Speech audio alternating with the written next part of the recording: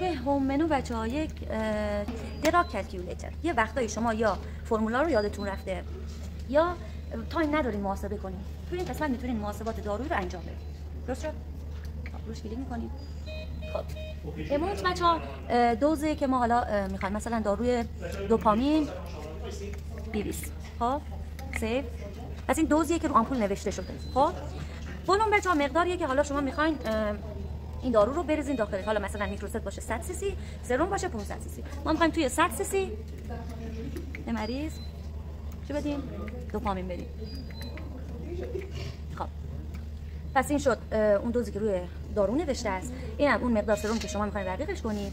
دوزش هم اون چیزی که دکتر گفته من می‌خوام 2 میلی در ساعت 2 سی سی در ساعت دوپامین بگیره مریض من. پس این دستور پزشکی. دستور پزشک ما هست 2. حالا بچه‌ها ببینید توی این قسمت خب توی این میلی گرم بر دقیقه شما میتونید اگه مثلا دارویی بود مثل فنتانیل، دارویی که میکروگرمه خب میتونید تنظیم کنید. درست شد؟ خب ما همون حالا میلی گرم رو میزنیم. خب چقدر شد این ریت؟ تعدادی که شما باید روی پمپ تنظیم کنید 60. درست شد؟ روی پمپتون این 60 رو تنظیم کنید. حالا بعضی از داروها بچه‌ها بر اساس وزن بیماره که اینجا شما میتونید وزن بیمار رو اضافه کنید.